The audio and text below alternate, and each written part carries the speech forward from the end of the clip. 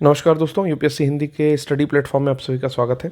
और ज्योग्राफी की लेक्चर थोड़ी बीच में डिसकंटिन्यूअस हो गई थी। कोशिश करेंगे क्योंकि इसी में साथ में आई दृष्टि भी देखनी है और ज्योग्राफी का लेक्चर और मिडल भी देखना है।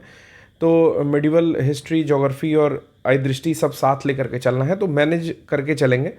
कोशिश करिएगा कि डेली बेसिस पर एक बारी आप खुद टेलीग्राम चैनल चेक कर लीजिए या फिर यूट्यूब चैनल चेक कर लीजिए, क्योंकि कोशिश करूँगा कि डेली आ जाए, लेकिन अगर नहीं आ पाता है तो उसके लिए मैं चाहूँगा कि आप लोग भी थोड़ा अपने तरफ से मैनेज करें। ठीक है।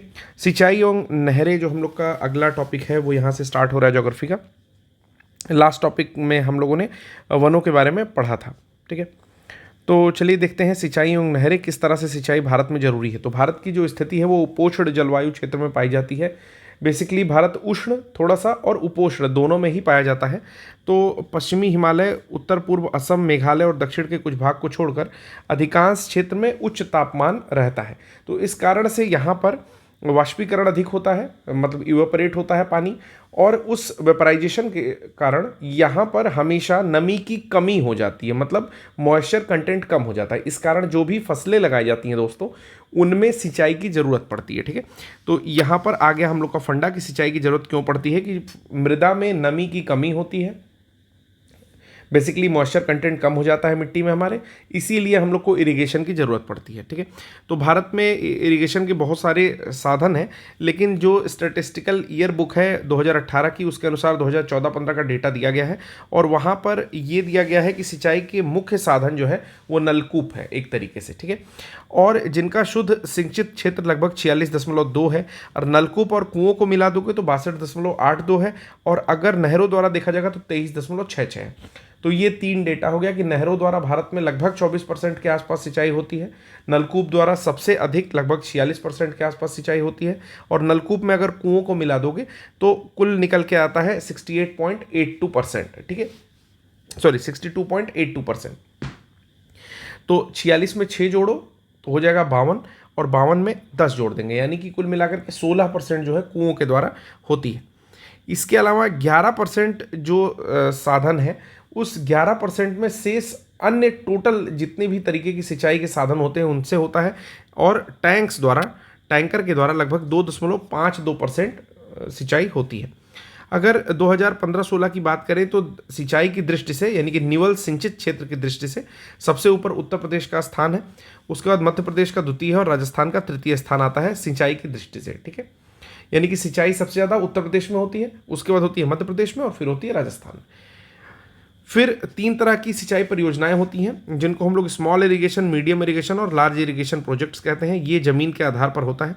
जैसे जो स्मॉल इरिगेशन परियोजनाएं हैं, इसके लिए कम से कम 2 हेक्टेयर से कम की सिंचाई होती है, कि 2 हेक्टेयर का क्षेत्र होगा और 2 हेक्टेयर से कम का क्षेत्र होगा, और उसमें अगर सिंचाई करनी होगी चाहे किसी भी मेथड से, तो वो हो जाएगा आपका स्मॉल इरिगेशन प्रोजेक्ट।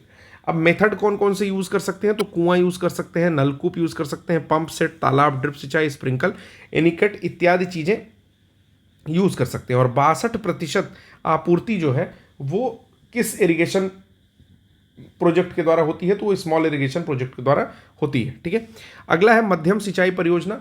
तो 2000 से लेकर के 10,000 हेक्टेयर तक की भूमि को अगर इरिगेट करना है, सिंचित करना है, तो वहाँ पर जो है उसको बोलते हैं आपका मीडियम इरिगेशन प्रोजेक्ट। और वृहद इरिगेशन प्रोजेक्ट को बोलते हैं हम लोग लार्ज इरिगेशन प्रोजेक्ट, जो कि 10,000 हेक्टेयर से अधिक क्षेत्र की सिंचाई होती है। बड़ी एवं मध्यम परियोजनाओं से देश की 38% सिंचाई की आवश्यकता पूरी होती है। यानी कि आप मीडियम इरिगेशन प्रोजेक्ट और लार्ज इरिगेशन प्रोजेक्ट को मिला दोगे तो टोटल देश में 38% जो बचता है वो टोटल सिंचित क्षेत्र इस माध्यम से होता है। आगे चीज़ें देखते हैं कि विश्व की सबसे पुरानी और विकसित नहर व्यवस्थाओं में से एक है गंग नहर, जिसको राजा गंग के द्वारा, या श्री गंग जो महाराजा थे बीकानेर के, उनके द्वारा 1927 में 1927 में बनवाया गया। दोस्तों, ये नहर सतलज से फिरोजपुर के निकट हुसैनीवाला से निकाली गई है। ठीक है, तो समझ में आ गया सबसे पुरानी जो नहर है वो कहाँ से है। विकसित नहर व्यवस्थाओं में से एक गंग नहर है, 1927 में बीकानेर के तत्कालीन राजा श्री गंग बनवाई गई थी, और सतलज नदी से निकलती है। ये एक स्थान है हुसैनीवाला, वहाँ से। फिर दूसरी आती है पूर्वी यमुना नहर, जो कि यमुना नदी के बाएं तट से ताजेवाला स्थान से निकलती है।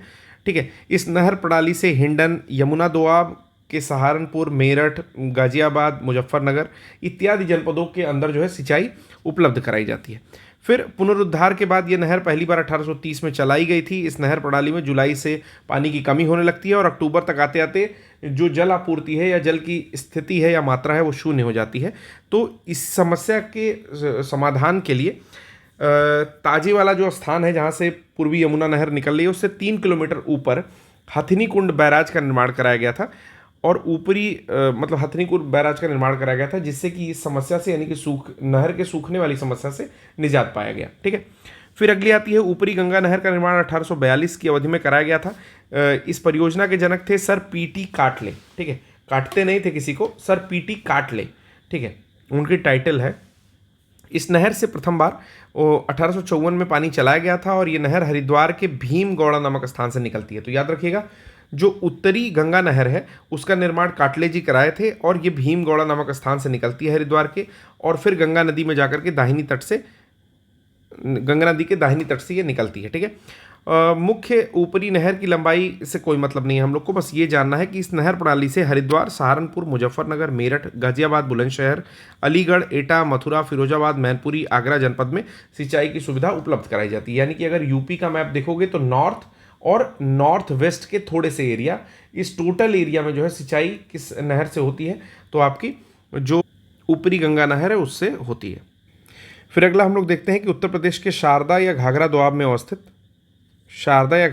अवस्थित पीलीभीत, बरेली, लखीमपुर खीरी, शाहजहांपुर, हरदोई, उन्नाव, कानपुर, बाराबंकी, रायबरेली, प्रतापगढ़, अयोध्या, सुल्तानपुर, जौनपुर, आजमगढ़, गाजीपुर, प्रयागराज जनपदों में सुरक्षात्मक सिंचाई सुविधा उपलब्ध कराने के लिए चंपावत की खटीमा में बनबासा के पास शारदा नदी पर एक बैराज का निर्माण करके इसके दाहिने तट से शारदा मुख्य नहर निकाली गई। ठीक है। तो शारदा मुख्य नहर कितने एरिया में सुरक्षात्मक सिंचाई कराती है? तो मध्य का जो भी एरिया है, पहले तो थोड़ा एरिया आता है आपका जो कि नेपाल के साथ लगा हुआ है, जैसे पीलीभीत, बरेली, लखीमपुर खीरी। ठीक है। उसके बाद फिर उसके नीचे का एरिया आएगा शाहजहांपुर, हरदोई, उन्नाव, लखनऊ। उसके बाद उसके नीचे का एरिया है बाराबंकी, रायबरेली साइड में, प्रतापगढ़, अयोध्या, सुल्तानपुर, जौनपुर। फिर उसके नीचे का आजमगढ़, गाजीपुर, प्रयागराज, ये सारे एरिया आते हैं। एक बारी मैप अगर यूपी का देखोगे तो ये सब कुछ आपको थोड़ा सा क्लियर हो जाएगा। ठीक है, क्योंकि यूपी विशेष में ही ज़्यादा नहरें इस तरह से निकली हुई हैं, इसी कारण सिंचित क्षेत्र भी पहले नंबर पर सबसे ज़्यादा है। तो चंपावत की खटीमा में बनबासा के पास शारदा नदी पर एक बैराज बना करके वहाँ के दाहिने तट से शारदा मुख्य नहर निकाली गई। मुख्य नहर की लंबाई से हम लोग को कोई मतलब नहीं है। ठीक है, बस सीधे हम लोग आते हैं इस परियोजना पर। 1918 में कार्य शुरू हुआ था और 1928 में समाप्त हुआ। अगली आती है निचली गंगा नहर, लोअर गंगा कैनाल।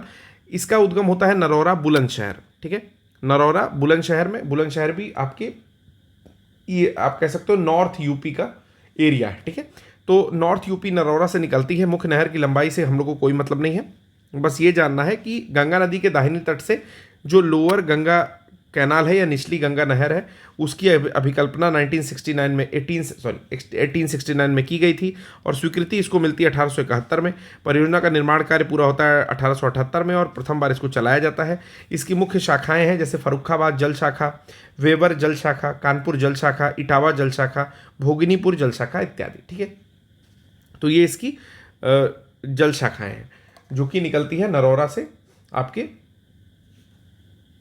बुलंदशहर में। नेक्स्ट है इंदिरा गांधी नहर परियोजना। इसका शिलान्यास 1858 में हुआ था। गृहमंत्री गोविंद वल्लभ पंत, जो कि प्रथम मुख्यमंत्री भी थे उत्तर प्रदेश के, उन्होंने किया था। इसका उद्गम पंजाब में सतलज एवं ब्यास नदियों के संगम पर स्थित हरिके बैराज जो है वहाँ से होता है। तो इंदिरा गांधी नहर परियोजना ये कहाँ से निकलती है? तो हरिके बैराज जो कि ब्यास और सतलज नदियों के ऊपर है, वहीं से ये निकलती है और ये विश्व की सबसे बड़ी नहर परियोजना है। ठीक है, तो याद रखिएगा वर्ल्ड्स बिगेस्ट नहर कैनाल प्रोजेक्ट जो है वो इंदिरा गांधी नहर परियोजना है, जिसकी लंबाई 649 किलोमीटर है। इसको पढ़ना ज़्यादा जरूरी है क्योंकि सबसे लंबी है। और ये नहर पश्चिमी राजस्थान के गंगा नहर, बीकानेर, जोधपुर, जैसलमेर जैसे जिलों की मुख्य रूप से सिंचाई करती है। ठीक है, तो राजस्थान के एरिया को मुख्य रूप से सिंचित करती है और आपको पता है कि राजस्थान थोड़ा एरिड एरिया है। ठीक है, मतलब सूखा, सारा तो सूखाग्रस्त नहीं है लेकिन थोड़ा सा सूखा एरिया है, क्योंकि वहाँ पर आने के बाद आपको पता है मॉनसून का भी पानी खत्म हो जाता है और रिट्रीटिंग मॉनसून भी वहाँ पर बारिश करने में अक्षम रहता है। तो थोड़ा वहाँ पर है कि अरावली के साइड से भी जो है जो पानी वाले बादल हैं वो ऊपर निकल जाते हैं आपकी जा करके थोड़ा लोअर जम्मू कश्मीर में बारिश कराते हैं, दिल्ली में बारिश कराते हैं, तो लड़ते ही नहीं है, इसलिए राजस्थान में बारिश नहीं होती है। ठीक है, तो इसलिए भी ये इंपॉर्टेंट नहर हो जाती है इंदिरा गांधी नहर। ठीक है, फिर अगला है गंडक परियोजना। गंडक परियोजना गंडक नदी पर त्रिवेणी घाट के पास स्थित है, जिसमें से कुछ नहरें निकाली गई हैं। फिर आता है फरक्का बैराज। फरक्का बैराज हुगली नदी में सिल्ट जमाव को रोकने के उद्देश्य से फरक्का बैराज का निर्माण कराया गया था। इस बैराज के दाएं किनारे से निकाली गई नहर द्वारा गंगा नदी में बहुत सारा जल जो है हुगली नदी की ओर मोड़ दिया जाता है, इसी कारण इसकी जलवहन क्षमता होती है। ठीक है, तो ये चीज़ याद रखना है कि फरक्का बैराज का निर्माण ये नहीं इंपॉर्टेंट है, लेकिन किस नदी में सिल्ट के जमाव को रोकने के लिए किया गया था, तो हुगली नदी में सिल्ट का जमाव ना हो इस कारण से बनाया गया था। गंगा नदी पर बनाया गया है और उसी के दाहिने किनारे से निकाला गया है, और ये सारा पानी जाता है हुगली नदी में, जिससे सिल्ट जो है वो बह जाता है। ठीक है, उसकी जल वहन क्षमता बढ़ जाएगी। ठीक है, केरल के पलक्कड़ जिले में चेरुकुन्नम पुझा नदी पर मंगलम सिंचाई परियोजना है। तो ये चीज़ याद रखिएगा, पुझा नदी जो है वो केरल में है और चेरुकुन्नम पुझा नदी उसको बोलते हैं। तो उस नदी पर कौन सी परियोजना है, तो मंगलम सिंचाई परियोजना निर्मित है। यह मंगलम की सहायक एवं भरत पुझा की उप सहायक नदी है। ठीक है, तो मंगलम नदी की सहायक नदी है पुझा नदी, और भरत पुझा की उप सहायक है चेरुकुन्नम पुझा नदी। ठीक है, और ये बांध जो है 1966 में बना था, ये चीज़ इंपॉर्टेंट नहीं है। फिर अगला आता है माला नहर तंत्र, इसको बोलते हैं गारलैंड कैनाल सिस्टम। इसको कैप्टन दिनशा जे दस्तूर ने प्रस्तावित किया था, जबकि नदी जोड़ने की पहली बार विचार जो है सिंचाई इंजीनियर विश्वेश्वरैया ने दिया था। ठीक है, हालांकि राहुल गांधी इसको ठीक से नहीं बोल पाते थे, लेकिन अभी मैंने बोल लिया है तो मुझे कुछ अवार्ड जरूर मिलना चाहिए। ठीक है, तो इंजीनियर विश्वेश्वरैया जो है नदी जोड़ने के पहली बार सुझाव देते हैं कि नदियों को जोड़ा जाना चाहिए, और माला नहर तंत्र को जो है कैप्टन दिनशा जे दस्तूर ने प्रस्तावित किया था। बाद में के एल राव का नाम भी इसमें जुड़ गया। तत्कालीन प्रधानमंत्री अटल बिहारी वाजपेयी ने 2003 को जल संग्रहण से संबंधित विकास योजना हरियाली का शुभारंभ किया था, और इसका उद्देश्य था कि देश के जल संभर विकास कार्यक्रम के कार्यान्वयन में वित्तीय और प्रशासनिक रूप से पंचायती राज संस्थाओं को सशक्त करना। यानी कि पंचायती राज संस्थाएं अब देखेंगे कि कहाँ पर जल से संबंधित विकास कार्यक्रम का कार्यान्वयन करना है, उसके वित्तीय और प्रशासनिक चीज़ों को, यानी कि जो भी फाइनेंशियल एड देना है, पैसे वैसे देने हैं वो चीज़, और प्रशासनिक कार्य यानी कि किस तरह से उसमें प्रशासन इन्वॉल्व होगा, ये सारी चीज़ें पंचायती राज संस्थाओं को दे करके सशक्त बनाना था। फिर आता है 2015-16 के आंकड़ों के अनुसार भारत में निवल बुआई क्षेत्र यानी कि नेट सोन एरिया लगभग 140.03 मिलियन हेक्टेयर था, थोड़ा बढ़ गया होगा इस समय। ठीक है, जिसमें से 48.73% क्षेत्र पर ही सिंचाई सुविधा उपलब्ध होती थी। कृषि की मानसून पर निर्भरता कम करने और हर खेत तक जल सुविधा पहुंचाने के लिए 1 जुलाई 2015 को प्रधानमंत्री कृषि सिंचाई योजना PMKSY को स्वीकृति प्रदान की गई थी। तो ये भी याद रखिएगा, कभी कभी क्या करता है कि पुराने क्वेश्चंस की डेट पूछ लेता है कि प्रधानमंत्री कृषि सिंचाई योजना कब शुरू की गई। ठीक, तो 1 जुलाई 2015 को शुरू की गई थी। ठीक है, ऐसा क्यों किया गया था, क्योंकि भाई जो भारतीय उपमहाद्वीप है, खासकर भारत जो है, उसमें हम लोग उत्तर भारत के क्षेत्र में बहुत सारे ऐसे स्टेट हैं जो कि सिंचाई के लिए मानसून पर निर्भर करते हैं कि बारिश तो जून में होनी ही है, जून से एक महीना शिफ्ट करो, जुलाई में तो बारिश हो जाएगी, तो हमारी धान की जो फसलें हैं उनको बढ़िया पानी मिल जाएगा। समझ में आ रहा है? तो कभी कभी ऐसा होता है कि अगर अल नीनो का केस है, ठीक है, और अल नीना का केस है, तो उस केस में बारिश नहीं होती है। ठीक है, तो जब बारिश नहीं होगी या सूखे जैसी स्थिति होती है, तो अगर हम मानसून पर इसी तरह से निर्भर रहेंगे तो हमारी फसलें खराब होने का डर बहुत ज़्यादा बढ़ जाता है। ठीक है, तो उस स्थिति में फसलों को एक सिंचाई की सुविधा प्रदान कराना, ठीक है, किसी इरिगेशन प्रोजेक्ट के माध्यम से जरूरी हो जाता है। तो इसीलिए प्रधानमंत्री कृषि सिंचाई योजना 1 जुलाई 2015 को आई थी। अगला है कि अप्रैल 2008 तक भारत सरकार के ग्रामीण विकास मंत्रालय द्वारा 3 वाटरशेड विकास कार्यक्रम कार्यान्वित किए गए थे। और ये कार्यक्रम कौन कौन से थे, तो ये कार्यक्रम थे समेकित बंजर भूमि विकास कार्यक्रम यानी कि integrated wasteland development programme, दूसरा है सूखा प्रवण क्षेत्र कार्यक्रम ड्रॉट प्रोन एरिया प्रोग्राम, तथा मरुभूमि विकास कार्यक्रम डेजर्ट डेवलपमेंट प्रोग्राम। इन कार्यक्रमों को एक व्यापक कार्यक्रम के अंतर्गत लाया गया था, जिसे समेकित जल संभर प्रबंधन कार्यक्रम के नाम से जाना जाता है, इंटीग्रेटेड वाटरशेड मैनेजमेंट प्रोग्राम के नाम से जाना जाता है। इस कार्यक्रम का उद्देश्य था कि भाई जो मृदा है, जल और वनस्पतियां जो कि डिग्रेड हो रही हैं, प्राकृतिक संसाधन का इस्तेमाल, संरक्षण और विकास करके पारिस्थितिकी संतुलन को बहाल करना था। ठीक है, ये चीज़ याद रखेंगे। इसके परिणाम स्वरूप हुआ क्या कि मृदा ह्रास पर रोक लग गई, यानी कि जो भी सॉयल थी जिसका इरोजन होता था, ठीक है, या उसका डिग्रेडेशन होता था, उसको हम लोग प्रिवेंट करने में सक्षम हो गए। फिर आता है प्रायद्वीपीय भारत के बारे में। तो प्रायद्वीपीय भारत यानी कि जो निचला भारत है आपके, एक तरह से आपका जो अरावली के बाद श्रृंखलाएं हैं उसके बाद का जो मतलब भारत है, सतपुड़ा वाला बाद का क्षेत्र, तो वहाँ पर जो सिंचाई का एक मुख्य साधन है वो तालाब है दोस्तों, ठीक है। तो प्रायद्वीपीय क्षेत्र की जो भूमि है वो थोड़ी चट्टानी है, तो वहाँ नहरों और कुओं का आसानी से निर्माण संभव नहीं है। इसके अलावा प्रायद्वीपीय भारत की अधिकांश नदियाँ मौसमी हैं कि भाई मौसम में ही वो वहाँ पर पानी रहेगा, जबकि उत्तर भारत की नदियाँ पेरेनियल है, यानी कि वर्ष भर उसमें ग्लेशियर के थ्रू पानी आता है, तो वर्ष भर लगभग उसमें पानी रहता है, जिसके कारण साउथ इंडिया में या प्रायद्वीपीय भारत में, पेनिनसुलर इंडिया में नहरों में पानी का अभाव भी रहता है। ऐसी स्थिति में तालाब सिंचाई के प्रमुख साधन होते हैं, ठीक है। तो केंद्रीय भूमि जल बोर्ड द्वारा जारी रिपोर्ट के अनुसार भारत के राज्यों की सिंचाई के लिए उपलब्ध भूतल जल संसाधनों की दृष्टि से प्रमुख राज्यों में उत्तर प्रदेश, पंजाब, मध्य प्रदेश तथा महाराष्ट्र है, ठीक है। तो ये भी डेटा याद रख लीजिएगा कि सेंट्रल ग्राउंड वाटर बोर्ड कहता है कि leading state of India in terms of surface water resource. तो सरफेस वाटर रिसोर्स या भूतल जल संसाधन की दृष्टि से उत्तर प्रदेश है पहले नंबर पर, फिर पंजाब, फिर मध्य प्रदेश और फिर महाराष्ट्र आता है। तो ये भी डेटा नोट करिएगा कि सरफेस वाटर रिसोर्स या भूतल जल संसाधन की दृष्टि से ये 4 राज्य आते हैं कि उत्तर प्रदेश के बाद पंजाब, पंजाब के बाद मध्य प्रदेश और उसके पास महाराष्ट्र, ठीक है। फिर बात करते हैं कि Uttar Pradesh eight a glance 2019 के आंकड़े अगर देखे जाएं तो उसमें उत्तर प्रदेश के विभिन्न साधनों द्वारा शुद्ध सिंचित क्षेत्रफल का प्रतिशत वितरण अगर देखा जाए तो सबसे ज़्यादा उत्तर प्रदेश में नलकूप से सिंचाई होती है। तो ये भी प्रश्न पूछा हुआ है कि उत्तर प्रदेश की अगर बात की जाए तो सबसे ज़्यादा किस साधन से सिंचाई होती है, तो नलकूप से होती है 74.9%, ऑलमोस्ट 75%।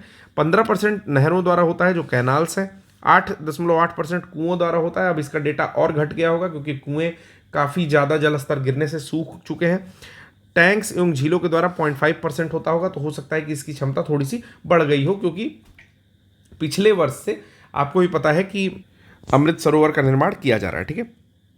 तो नलकूपों द्वारा सिंचाई सर्वाधिक कहाँ होती है, तो उत्तर प्रदेश में होती है, ये डेटा नोट करेंगे। अगला है बहुउद्देशीय घाटी परियोजना यानी कि मल्टीपर्पज़ रिवर्स वैली प्रोजेक्ट, ठीक है। तो मल्टीपर्पज़ रिवर वैली प्रोजेक्ट हम लोग देखने जा रहे हैं। जैसे जैसे नाम लिखा है वैसे ही वैसे हम लोग देखते जाएंगे, जितना डेटा इंपॉर्टेंट होगा बस वही पढ़ेंगे, कोई भी गार्बेज चीज़ नहीं पढ़ेंगे, ठीक है। तो सबसे पहला ही है नर्मदा घाटी परियोजना, यानी कि नर्मदा नदी पर बनी होगी 1945-46 के आसपास। नर्मदा बेसिन में सिंचाई, विद्युत उत्पादन और बाढ़ नियंत्रण, तीन कार्यों के लिए, क्या पहला सिंचाई के लिए, दूसरा विद्युत उत्पादन के लिए यानी कि इलेक्ट्रिसिटी जनरेशन के लिए, और तीसरा फ्लड कंट्रोल या बाढ़ नियंत्रण के लिए एक विस्तृत कार्य योजना तैयार हुई, जो कि जिसके अंतर्गत 30 बड़ी, इस परियोजना के अंतर्गत 30 बड़ी, जिसमें से 10 नर्मदा पर तथा 20 उसकी सहायक नदियों पर, टोटल 135 मध्यम और 3000 छोटे बांध बनाए गए। तो ये डेटा भी बहुत इंपॉर्टेंट नहीं है कि कितने बांध बनाए गए, बस ये याद रखना है कि 30 बड़ी और 30 बड़ी जो है परियोजनाएं की गई, जिसमें से 10 नर्मदा पर और 20 उसकी सहायक नदियों पर, टोटल 135 मध्यम और 3000 छोटे बांध बनाए जाने की घोषणा हुई और बराज भी बनाए जाने की घोषणा हुई, ठीक है। अब कौन कौन सा बराज है ये भी जानिए। 1312 किलोमीटर की लंबाई के साथ नर्मदा नदी देश की 5वीं सबसे लंबी नदी है, ठीक है, जो कि अमरकंटक से निकलती है और लेफ्ट वर्ड यानी कि आप कह सकते हो वेस्ट वर्ड फ्लो करते हुए जा करके अरेबियन सी में एस्चुरी बनाती है। सरदार सरोवर परियोजना का निर्माण गुजरात राज्य में नर्मदा नदी के पास नौगांव के आधार तल से 163 मीटर ऊंचे बांध से किया गया है। तो ये पॉइंट इंपॉर्टेंट नहीं है, इसको मैं डिलीट कर रहा हूँ, एक सेकेंड। जितनी चीज़ हाईलाइट कर रहा हूँ केवल उस पर फोकस करिए कि सरदार सरोवर परियोजना जो है वो गुजरात राज्य में नर्मदा नदी पर है और इससे कुल 1450 मेगावाट जल विद्युत का उत्पादन किया जाता है। सरदार सरोवर बांध से नर्मदा नदी का, ये सारी चीज़ें नहीं हम लोग को पढ़नी है, ठीक है। देखिए एक चीज़ पढ़नी है कि नर्मदा नदी के जल का 65.18% हिस्सा मध्य प्रदेश को प्राप्त होता है, जबकि गुजरात को 32.14% प्राप्त होता है। तो सरदार सरोवर के बारे में पता चला कि नर्मदा नदी पर है, गुजरात में बना हुआ है, जिसमें 65% जो जल है सरदार सरोवर बांध से नर्मदा नदी का वो मध्य प्रदेश को मिलता है और बाकी जो हिस्सा है 32.14% वो आपका गुजरात को दिया जाता है, ठीक है। परियोजना में उत्पादित विद्युत 57% की जो आपूर्ति है वो मध्य प्रदेश को मिलती है और इसके बाद महाराष्ट्र को 27% की आपूर्ति मिलती है, ठीक है। तो कुल मिलाकर के सरदार सरोवर से सर्वाधिक लाभान्वित यानी कि सबसे ज़्यादा जो प्रॉफिटेबल स्टेट है वो कौन सा है, तो मध्य प्रदेश है। तो ये भी चीज़ याद रखिएगा, hence Madhya Pradesh receive maximum benefit from Sardar Sarovar. Next आता है हम लोग का यहाँ पर सरदार सरोवर परियोजना से लाभान्वित होने वाले में 3 स्टेट टोटल आते हैं। पहला है गुजरात, राजस्थान और महाराष्ट्र। ठीक है, बिजली उत्पादन के लिए सबसे ज़्यादा किसको फायदा होता है, तो मध्य प्रदेश को होता है। जल सबसे ज़्यादा कौन यूज़ करता है, तो मध्य प्रदेश यूज़ करता है।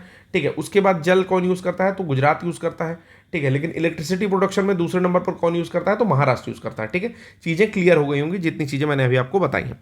सरदार सरोवर परियोजना का विरोध करने के लिए, क्योंकि देखिए जब भी कोई बांध बनता है, आप एक बार कभी गूगल करिएगा कि जो बांध बनते हैं उनसे कितनी बेनिफिट है और कितना लॉस है, तो आपको दिखाई देगा कि बेनिफिट के बारे में तो हम लोग को बताया जाता है, लेकिन जो भी वहाँ पर लोग रहते हैं या फिर ट्राइब्स रहते हैं या फिर जिनकी ज़मीनें हैं, जब मोस्टली ट्राइबल एरियाज़ में ही इस तरह के बांध बने हैं, ठीक है, या ऐसे एरियाज़ में बने हैं जो कि जहाँ पर गरीब पॉपुलेशन ज़्यादा है, तो ज़रूरी नहीं है लेकिन ऐसा हुआ है। ठीक है, चाहे आसवान डैम हुआ या फिर आपका चीन का 3 गॉर्जस डैम हुआ, तो ये सारे डैम जब बनते हैं तो एक बहुत बड़े लेवल पर वहाँ से लोगों को विस्थापित किया जाता है। ठीक है, और आपको जानकर हैरानी होगी कि उस विस्थापन के परिणामस्वरूप होता ये है कि बहुत सारे लोग जो है माल न्यूट्रिशन के बच्चे तो माल न्यूट्रिशन का शिकार हो जाते हैं, बहुत सारे लोगों की जॉब चली जाती है, लोग खाने के बिना डेथ कर जाते हैं। ठीक है, तो बहुत ही भयावह स्थिति होती है। अगर आप कभी गूगल करके इस चीज़ों को पढ़ोगे तो आपको समझ में भी आएगा कि बांध बनने से फ़ायदा तो है, क्योंकि फ़ायदे गिनाए जाते हैं, लेकिन उसके पीछे का जो एक डार्क सीक्रेट है वो भी बहुत बुरी तरह भयावह है। ठीक है, तो देखिए इसी तरीके से जब सरदार सरोवर परियोजना बन रही थी नर्मदा नदी पर, तो उसका विरोध करने के उद्देश्य से 1986 में एक समाज वैज्ञानिक थी, इनका नाम था मेधा पाटेकर। उन्होंने महाराष्ट्र के धुले जिले में नर्मदा धारण ग्रस्त समिति की स्थापना की थी। ठीक है, अभी मेधा पाटेकर की डेथ हो चुकी है लास्ट ईयर। ठीक है, तो ये चीज़ काफ़ी इंपॉर्टेंट हो जाती है नर्मदा नदी को लेकर के। तो याद रखिएगा कि सरदार सरोवर जब बन रहा था तो मेधा पाटेकर 1986 में एक समाज विज्ञानी हैं वो, और उन्होंने महाराष्ट्र के धुले जिले में नर्मदा धारणग्रस्त समिति की स्थापना की, और 1989 में अनेक स्थानों पर स्थानीय संगठनों के विलय के साथ इस संगठन का नाम नर्मदा बचाओ आंदोलन कर दिया। तो जो मोस्ट फेमस नाम है मेधा पाटेकर के साथ वो नर्मदा बचाओ आंदोलन ही है। ठीक है, और नर्मदा मतलब कुल मिलाकर के इसका विरोध वो कर रही थी, ये फैक्ट आपको बता दिया। नर्मदा सागर परियोजना को इंदिरा सागर बांध भी कहते हैं। नर्मदा सागर परियोजना को इंदिरा सागर बांध भी कहते हैं।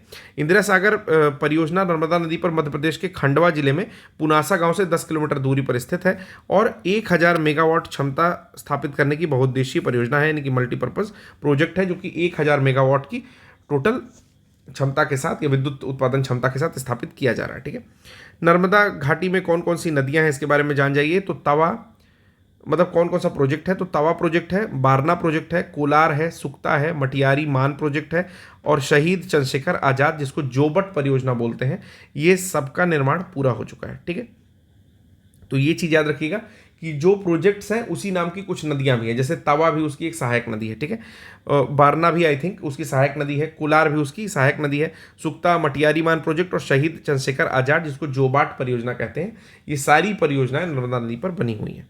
ठीक, नर्मदा नदी की सहायक नदी नदी पर मान परियोजना, हथिनी नदी पर शहीद चंद्रशेखर आज़ाद या जोबाट परियोजना स्थित है, और वेदा नदी पर अपर वेदा परियोजना का निर्माण किया जा रहा है। तो ये भी चीज़ याद रखिएगा कि किस नदी पर शहीद चंद्रशेखर आज़ाद, ये पॉइंट याद रखिए कि किस नदी पर शहीद चंद्रशेखर आज़ाद या जोबाट परियोजना स्थित है, तो हथिनी नदी पर जोबाट परियोजना स्थित है। ठीक है, अब दूसरा जो बांध है जो कि सबसे बड़ा बांध था या सबसे ऊंचा कह सकते हो, भाखड़ा और नांगल बांध, इसके बारे में बात कर लेते हैं। पहला है बहुउद्देशीय परियोजना की दृष्टि से जवाहरलाल नेहरू का एक मतलब दूरदृष्टिया कह सकते हैं प्रोजेक्ट था।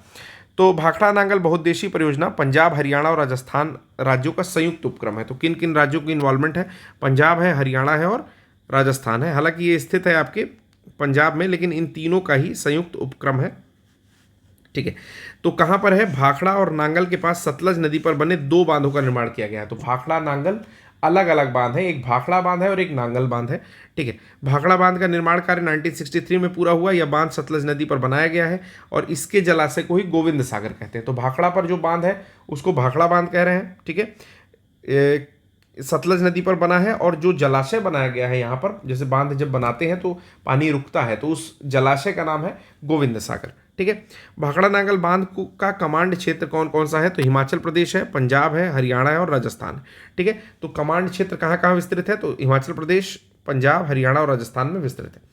अगला आता है कावेरी नदी पर बने बांध। तो कुछ बांध कावेरी नदी पर, जैसे मैत्तूर बांध हो गया, ये बांध जो है कावेरी नदी पर बहुत फेमस है। तो इस तरह के कुछ फेमस बांधों को देख लेते हैं कि जल विद्युत का विकास कब हुआ? 19वीं शताब्दी के अंतिम दशक में स्टार्ट हुआ, यानी कि 1890 के आसपास मान लीजिए शुरू हुआ। तो सबसे पहले 1897 में दार्जिलिंग नगर को बिजली आपूर्ति के लिए सिद्रापोंग में जल विद्युत संयंत्र लगाया गया। तो ये पॉइंट भी याद रखेंगे कि भारत में सबसे पहले कहाँ जल विद्युत संयंत्र लगाया गया? तो दार्जिलिंग को, चूंकि दार्जिलिंग अंग्रेजों के रहने की जगह है, ठीक है, ऐसे समझिए, दार्जिलिंग क्या है? अंग्रेजों के रहने की जगह है, ठीक, वेस्ट बंगाल का एक पोर्शन है और हिली एरिया है।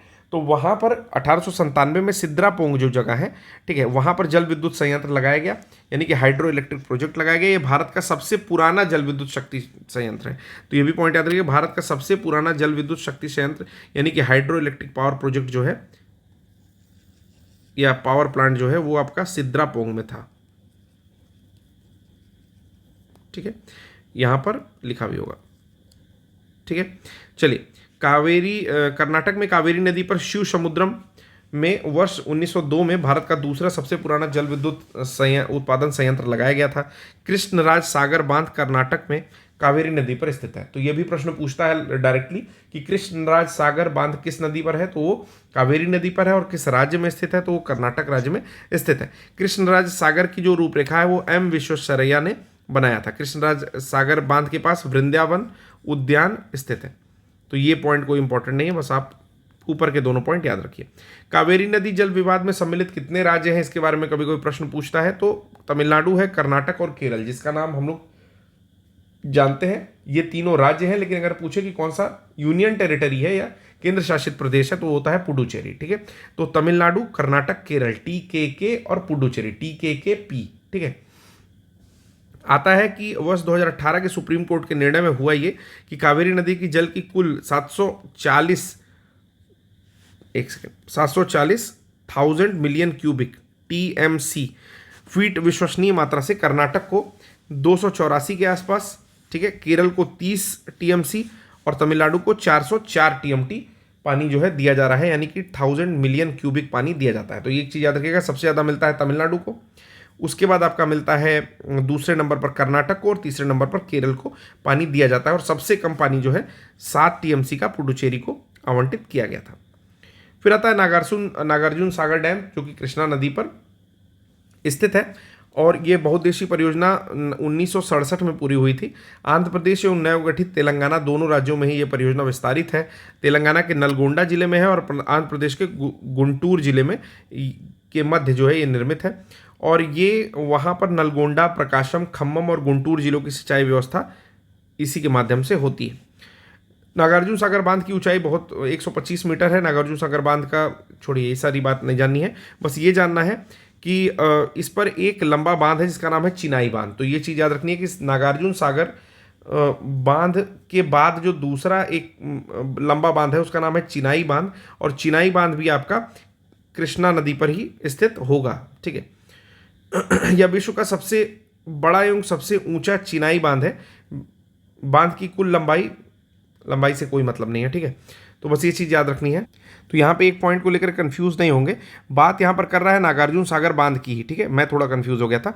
तो नागार्जुन सागर बांध जो है वो चिनाई बांध है, यानी कि अगर मैं इंग्लिश पढ़ा होता तो चीज़ें क्लियर होती। मैसनरी जो है वो बांध है, यानी कि चुन करके बना, जैसे ईंटें रख करके चिनाई होती है ना, ठीक है, जैसे घरों की चिनाई होती है, दीवार चिनाई जाती है, ठीक है, तो उस तरह से बना हुआ सबसे बड़ा, दुनिया का सबसे ऊंचा चिनाई वाला बांध है, जिसका नाम है आपका नागार्जुन सागर डैम। ये तेलंगाना में कृष्णा नदी पर बना हुआ है, हालांकि पानी दोनों लोग यूज़ करते हैं। ठीक है, तो विश्व का सबसे ऊंचा एवं बड़ा चिनाई बांध कौन सा है? तो नागार्जुन सागर डैम जो है सबसे ऊंचा और बड़ा चिनाई बांध है। फिर आता है हीराकुंड बांध। तो हीराकुंड बांध आपके उड़ीसा राज्य में महानदी पर स्थित है और इसका निर्माण 1948 में शुरू होकर के 1957 में पूरा हुआ था। ठीक है, और ये जो है पूरे उस एरिया को, उड़ीसा वाले एरिया को पानी सप्लाई करता है। ठीक है, चलिए, चंबल घाटी परियोजना कहाँ पर निकली होगी? तो चंबल घाटी परियोजना चंबल नदी पे होगी। चंबल नदी जो है मध्य प्रदेश के महू के समीप विंध्यन श्रेणी में जान पाव की पहाड़ियों से निकलती है और इटावा के समीप ये जाकर के यमुना में मिल जाती है। ठीक है, उल्टी ऊपर की ओर बहती है चंबल और फिर जाकर के इटावा के समीप यमुना में मिल जाती है। यमुना की सहायक है चंबल, ठीक है, जो कि अपने रेवाइंस के लिए जानी जाती है। ठीक, कह रहा है कि चंबल नदी पर निर्मित जो चंबल परियोजना है वो राजस्थान मध्य प्रदेश की संयुक्त परियोजना है। तो 2 स्टेट इसमें शामिल हैं, एक तो मध्य प्रदेश है और दूसरा राजस्थान शामिल है। इस परियोजना के अंतर्गत गांधी सागर बांध जो कि मध्य प्रदेश में है, राणा प्रताप सागर बांध, जवाहर सागर बांध जो कि राजस्थान में है और राणा प्रताप सागर बांध ये भी राजस्थान में है, निर्मित किए गए हैं। तो देखिए, डायरेक्टली प्रश्न पूछता है बांधों पर, तो चंबल नदी लिखो, चंबल नदी के नीचे 3-4 पॉइंट लिखना है, जैसे गांधी सागर बांध मध्य प्रदेश चंबल नदी पर है, राणा प्रताप सागर बांध सीधा राजस्थान में है, चंबल नदी पर है, जवाहर सागर बांध सीधा राजस्थान में है, चंबल नदी पर है। ठीक है, गांधी सागर बांध चंबल नदी की 4 परियोजनाओं में प्रथम परियोजना थी। अब इसके बाद हम लोगों को कहानी नहीं पढ़नी है। ठीक है, राणा प्रताप सागर राजस्थान में स्थित है, जो कि कोटा से 30 किलोमीटर दूर जवाहर सागर बांध का निर्माण किया गया है। ठीक है, चलिए, टिहरी बांध परियोजना तो आपको पता चल चुका होगा। टिहरी जो है ऊपर के साइड में उत्तराखंड में है, तो वहां पर भागीरथी नदी है और भागीरथी और भिलंगना के संगम से थोड़ा आगे जो है टिहरी जिले में टिहरी बांध का निर्माण किया गया है। तो 2 नदियां हैं बेसिकली, पहला है भागीरथी और उसी के साथ भिलंगना, उन्हीं के संगम से थोड़ा आगे जो है टिहरी बांध का निर्माण हुआ है। इस बांध का मुख्य उद्देश्य क्या था कि भागीरथी और भिलंगना नदियों का अतिरिक्त जल जो है उसको संग्रह करना और उसको सिंचाई, बाढ़ नियंत्रण और विद्युत उत्पादन के लिए प्रयोग करना। ठीक है, कब इसका निर्माण हुआ? तो 72 में इसकी स्वीकृति हुई और 78 में इसका निर्माण हुआ। 1900 परियोजना के लिए टिहरी जल विद्युत विकास निगम की स्थापना की गई, that is Tehri hydro electric development corporation. ठीक है, फिर आता है कि इसकी देश का सबसे ऊंचा बांध कौन सा है? तो टिहरी बांध है, जो कि 260 मीटर ऊंचा है। अगर इसका फीट में निकालोगे तो मल्टीप्लाइड बाय लगभग 3 कर देना, तो वो चीज़ें निकल जाएंगी। ठीक है, देखिए, जब ये बांध बन रहा था टिहरी बांध भी, तो उसके लिए भी लिखा हुआ है कि इसके विरोध का मुख्य कारण था कि भाई वहाँ पर भूकंप आने का जो संभावना है या आपका अर्थक्वेक ग्रेडियंट जो है बहुत ज़्यादा है, पर्यावरण को क्षति हो सकती है और लोगों के विस्थापन से भी वहाँ पर लोग प्रभावित हो रहे थे। तो जैसा मैंने बताया कि जब भी डैम बनता है लोग विस्थापित होते हैं और वो कहीं के नहीं रह जाते बेसिकली। ठीक है, फिर आता है दामोदर घाटी परियोजना। तो दामोदर नदी आपको पता है कि हुगली की सहायक नदी है और बंगाल का शोक कही जाती है। इस परियोजना की रूपरेखा जो थी वो संयुक्त राज्य अमेरिका की टेनेसी, अब ये पॉइंट याद रखेंगे, टेनेसी घाटी परियोजना के आधार पर की गई थी। ठीक है, जो कि संयुक्त राज्य अमेरिका की नदी है। तो अगर ये पूछता है कि कौन सी नदी परियोजना अमेरिका की टेनेसी घाटी परियोजना के आधार पर की गई थी, तो दामोदर नदी घाटी परियोजना जो है वो टेनेसी नदी के आधार पर की गई थी और इसका निर्माण हुआ था 1948 में। कुछ बांध है जो कि दामोदर नदी की सहायक नदियां बराकर पर बनाए गए हैं, जैसे मैथॉन बांध, बेल पहाड़ी और तिलैया बांधों का निर्माण दामोदर की सहायक नदी जो बराकर नदी है उस पर किया गया है। ठीक है, और दामोदर नदी घाटी परियोजना के प्रथम चरण में ये सारा निर्माण किया गया। फिर आता है दामोदर घाटी परियोजना के अंतर्गत ही तिलैया बांध जो है कोडरमा जिले में बराकर नदी पर हुआ है। तो ये भी पॉइंट याद रखेंगे कि तिलैया बांध जो है वो कहाँ पर है, तो वो आपके कोडरमा जिले में स्थित है और बराकर नदी पे हुआ है और ये दामोदर घाटी परियोजना के अंतर्गत ही इसका निर्माण, तिलैया बांध का निर्माण हुआ है। ठीक है, उसके अलावा कुछ और बांध है, जैसे कोनार बांध कोनार नदी पर हुआ है हजारीबाग जिले में, दामोदर के संगम से 24 किलोमीटर दूर हुआ था। ये सब नहीं पढ़ेंगे। ठीक है, फिर मैथॉन बांध कहाँ है? ये भी बराकर नदी पर ही हुआ है, झारखंड में हुआ है। ठीक है, तो ये पढ़ लेंगे, ये इंपॉर्टेंट लग रहा है, इसको हाईलाइट करते हैं। ठीक है, चलिए अगला देखते हैं। पंचेत हिल बांध दामोदर नदी मैथॉन से 20 किलोमीटर दूरी पर धनबाद झारखंड में स्थित है। ठीक, दामोदर घाटी परियोजना के अंतर्गत दुर्गापुर बैराज से 2 नहरें निकाली गई हैं। इन नहरों में वर्धमान, हुगली और हावड़ा जिलों की भूमि संचित होती है। ठीक, तो दामोदर घाटी परियोजना पर बहुत सारे बांध हम लोग को देखने को मिले। एक बार चीज़ें आप लोग फिर से पॉज करके 10 सेकंड पीछे जा करके रिवाइज कर लीजिए। एक बात और बताना चाहता हूँ कि मेरा लेक्चर खुद ही बहुत तेज मैं बोलता हूँ। ठीक है, तो 1.25x से ज़्यादा एक्सीड मत किया करो अगर मैं तेजी के साथ बोल रहा हूँ। अगर मैं धीरे धीरे बोल रहा हूँ तो 1.5 या 1.75 आप रिविजन के टाइम में कर सकते हो। विविध परियोजनाओं की बात करें तो एक बार फिर से इसको जो है सारा कुछ देख लेते हैं। चलिए विविध परियोजनाओं को भी देख लेते हैं। Miscellaneous projects. चलिए, भारत में जो भी बहुउद्देशीय नदी घाटी परियोजना है, यानी कि मल्टीपर्पज़ जो आपका वाटर या रिवर वैली प्रोजेक्ट्स हैं, उनसे सिंचाई की सुविधा के अलावा बाढ़ नियंत्रण या फिर पीने के लिए पानी या फिर हाइड्रो इलेक्ट्रिक प्रोजेक्ट यानी कि जल विद्युत यानी कि बिजली बनाते हैं, नहरें निकालते हैं, आवागमन के लिए, आप परिवहन के लिए यूज़ करते हैं, और पर्यटन अनेक कार्य किए जाते हैं, ठीक है। इसी कारण उसको बोला है मल्टीपर्पज़, कि ऐसा नहीं है कि केवल जो है सिंचाई की सुविधा के लिए इस तरह की घाटी परियोजनाएं बनाई गई हैं, बहुउद्देशीय है, यानी कि 5, 6, 7 काम और कर सकते हैं। तो भारत में सबसे पहले जल विद्युत संयंत्र की स्थापना कहाँ हुई थी, ये मैंने आपको पॉइंट बता दिया है, फिर भी बता दे रहा हूँ। 1897 में पश्चिम बंगाल के दार्जिलिंग में सिद्रापोंग एक स्थान है वहाँ, या सिद्राबाग भी उसको बोलते हैं, वहाँ पर सबसे पहले हुई थी। भारत और भूटान को लेकर के चूखा परियोजना चलती है। इंग्लिश में चूखा लिखता है, कहीं कहीं पर खा लिखता है, इसमें क लिखा हुआ है, तो चूखा परियोजना है। इसके अलावा भी बहुत सारी परियोजना जो है भूटान को लेकर के भारत चला रहा है, ठीक। फिर कहता है कि चूखा बांध परियोजना जो है भूटान में वांगचू अथवा रैदक नदी की धारा के ऊपरी भाग में स्थित है। 1974 में इसका निर्माण कार्य भारत सरकार की पूर्ण वित्त पोषित इकाई के रूप में प्रारंभ किया गया था। इसमें 60% अनुदान और 40% ऋण के रूप में दिया गया था, ठीक है। अब इसके बारे में बहुत ज़्यादा नहीं पढ़ना है। फिर आता है इडुक्की बांध परियोजना, जो कि केरल में पेरियार नदी पर स्थित है। इस पर बहुत बार प्रश्न भी पूछा है कि इडुक्की बांध परियोजना किस नदी पर है, तो याद रखिएगा पेरियार नदी जो कि केरल में बहती है उसी पर इडुक्की बांध परियोजना है। और ये बांध एशिया के सबसे बड़े आर्क डैम या आर्क डैम ही बोलेंगे, आर्क डैम में से एक है। तो सबसे बड़ा नहीं है, सबसे बड़े में से कोई एक है, ठीक है। तो इडुक्की बांध की ऊंचाई लगभग 554 फीट है। यह बांध 2 पर्वतों जिसका नाम है कुरावन माला और कुराथी माला के मध्य स्थित है। तो ये भी अगर पूछ ले आप लोगों से कि जो इडुक्की बांध है वो किन 2 पर्वत श्रेणियों के बीच में स्थित है, तो कुरावन माला और कुराथी माला के बीच में स्थित है। फिर आता है तेलुगु गंगा परियोजना, जो कि महाराष्ट्र, तमिलनाडु, आंध्र प्रदेश और कर्नाटक राज्य की संयुक्त परियोजना है। फिर से सुन लीजिए, तेलुगु गंगा परियोजना महाराष्ट्र, तमिलनाडु, आंध्र प्रदेश और कर्नाटक राज्य की संयुक्त परियोजना है, जो कि कृष्णा नदी से जलापूर्ति प्राप्त करने वाली इस परियोजना में तमिलनाडु के चेन्नई नगर को पेयजल प्राप्त होता है। तो अगर ये पूछे कि तमिलनाडु के चेन्नई नगर को किस परियोजना से जल प्राप्त होता है, पेयजल प्राप्त होता है, तो ये याद रखिएगा कि कृष्णा नदी पर एक तेलुगु गंगा परियोजना है, वहीं से जो है मद्रास या चेन्नई को पेयजल प्राप्त होता है, जो पोर्टेबल वाटर है, पीने योग्य पानी है, वो प्राप्त होता है।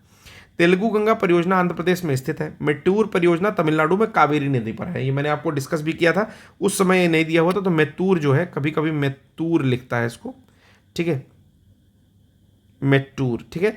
तो मेट्टूर जो है वो जो बांध है, ये परियोजना कावेरी नदी पर है। ये पॉइंट याद रखिएगा, प्रश्न में पूछता है। अगला आता है मयूराक्षी परियोजना। ये पश्चिम बंगाल एवं झारखंड दोनों राज्य इससे लाभान्वित होते हैं। इस परियोजना के तहत झारखंड में मयूराक्षी नदी पर ही कनाडा या मसनजोर बांध निर्मित किया गया है। मयूराक्षी परियोजना से 2.51 लाख हेक्टेयर भूमि की सिंचाई की जाती है, ठीक है।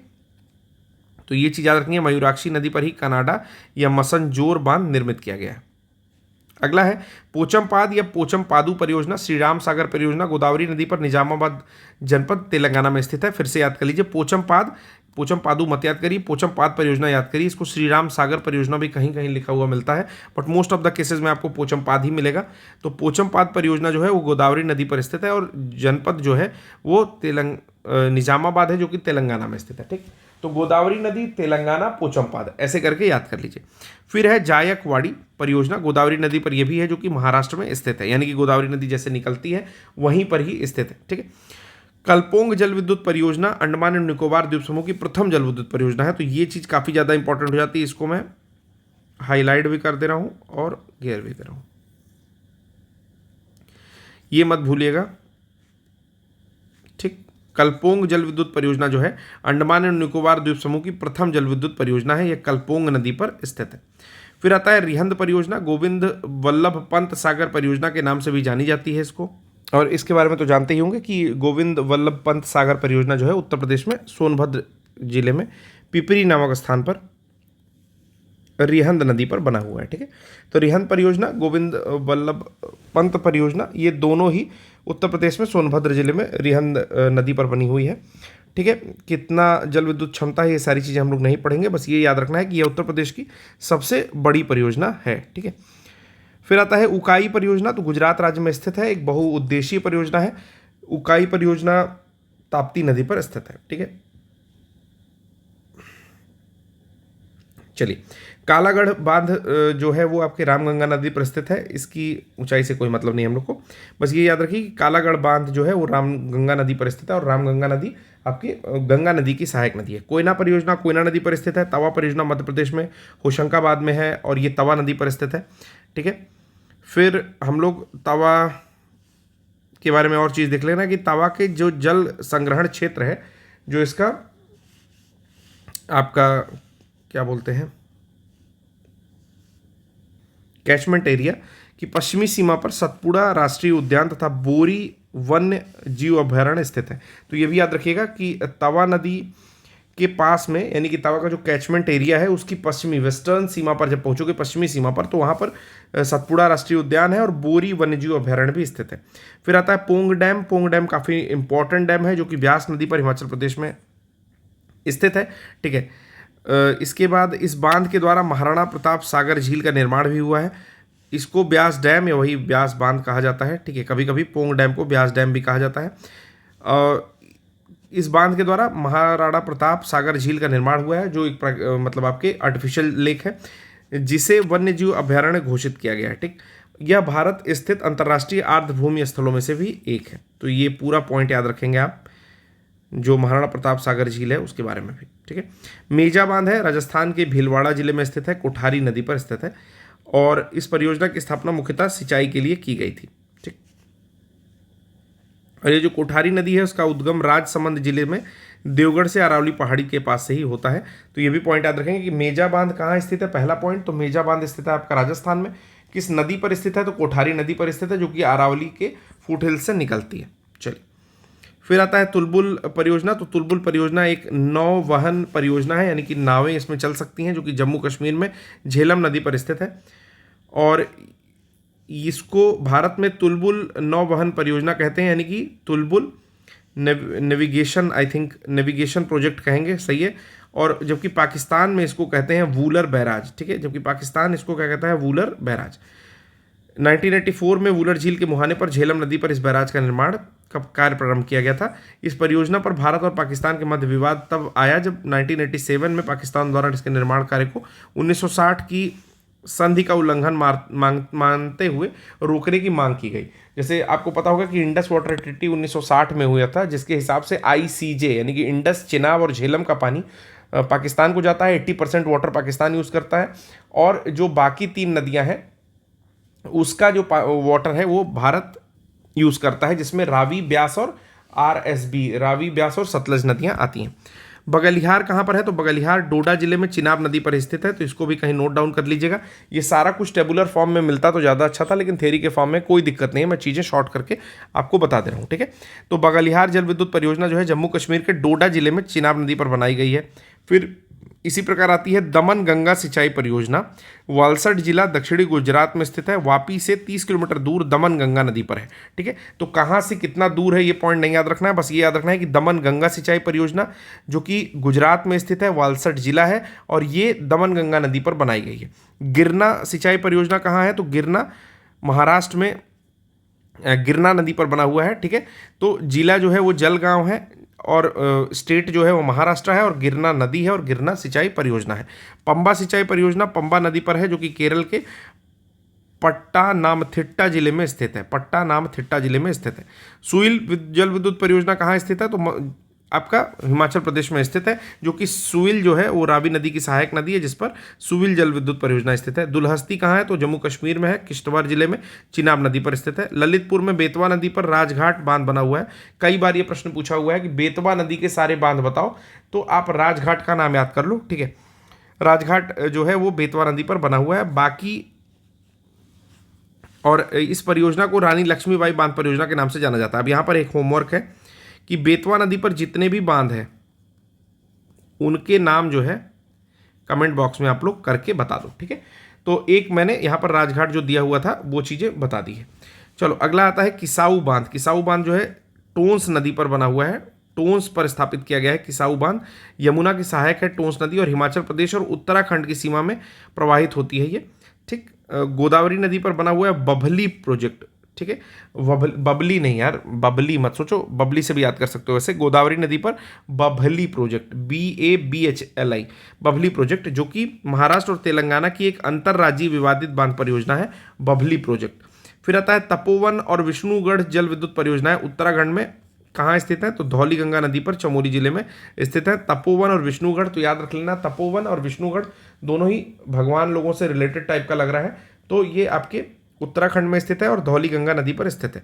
महाकाली सिंध, तो महाकाली और सिंध जो है, इवन गंडक जो है, सारी नदियां कहाँ से निकलती हैं, तो नेपाल से निकलती हैं। तो भारत और नेपाल के मध्य जो है 1996 में एक संधि हुई थी। इसके द्वारा महाकाली अथवा शारदा नदी के जल के उपयोग की सीमा निर्धारित की गई थी। इस संधि के क्षेत्र में शारदा बैराज, टनकपुर बैराज, प्रस्तावित पंचेश्वर परियोजना आच्छादित है। ठीक है, अगला आता है कल्पसर परियोजना। एक बार देख लेते हैं कितना डेटा और है, तो बहुत कम डेटा बचा हुआ है, टेबल आ जा रहा है इसके बाद। ठीक है, बस एक पेज बचा हुआ है, बस इसको कर लेते हैं, फिर ये लेक्चर खत्म करते हैं। कल्पसर परियोजना के अंतर्गत खंभात की खाड़ी, कल्पसर प्रोजेक्ट पहले याद कर लीजिए। कल्पसर प्रोजेक्ट के अंतर्गत खंभात की खाड़ी गुजरात के पास एक बांध बनाने की योजना है, जिसे ज्वारीय शक्ति यानी कि टाइडल पावर उत्पन्न की जाएगी।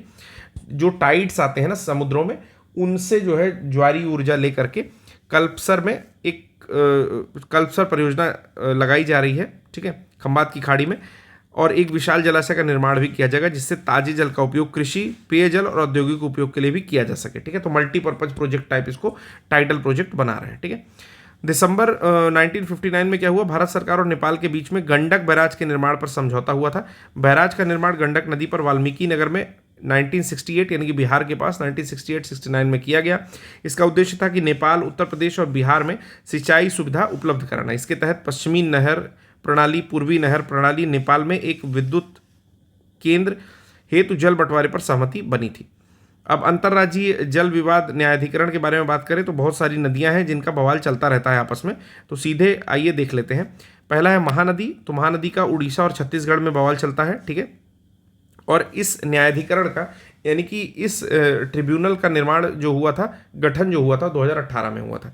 कृष्णा नदी, तो कृष्णा नदी 2004-2006 बार बार जो है बवाल चलता है। आंध्र प्रदेश, कर्नाटक, महाराष्ट्र पुनर्गठन के पश्चात तेलंगाना भी इसमें शामिल हो गया है।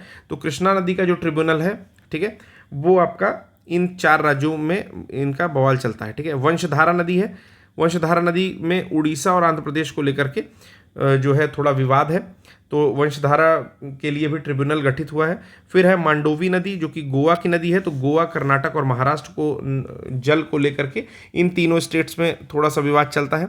रावी और ब्यास को लेकर के पंजाब, हरियाणा और राजस्थान जो कि तीनों क्षेत्र, तीनों स्टेट जो है आपस में इन नदियों का पानी पाते हैं, उनमें विवाद के लिए एक ट्रिब्यूनल या न्यायाधिकरण गठित हुआ था। गोदावरी नदी को लेकर के आंध्र प्रदेश, महाराष्ट्र, कर्नाटक, मध्य प्रदेश और उड़ीसा, जहाँ जहाँ से गोदावरी बह रही है, यानी कि महाराष्ट्र से निकलती है, मध्य प्रदेश जाती है, फिर कर्नाटक में भी इसकी सहायक नदियाँ जल लेकर के जाती हैं, आंध्र प्रदेश और आपका उड़ीसा, सारी ही स्टेट्स में जो है विवाद था। फिर नर्मदा नदी को लेकर के गुजरात, मध्य प्रदेश, महाराष्ट्र और राजस्थान में विवाद था, इसलिए नर्मदा नदी का भी एक ट्रिब्यूनल बना हुआ है।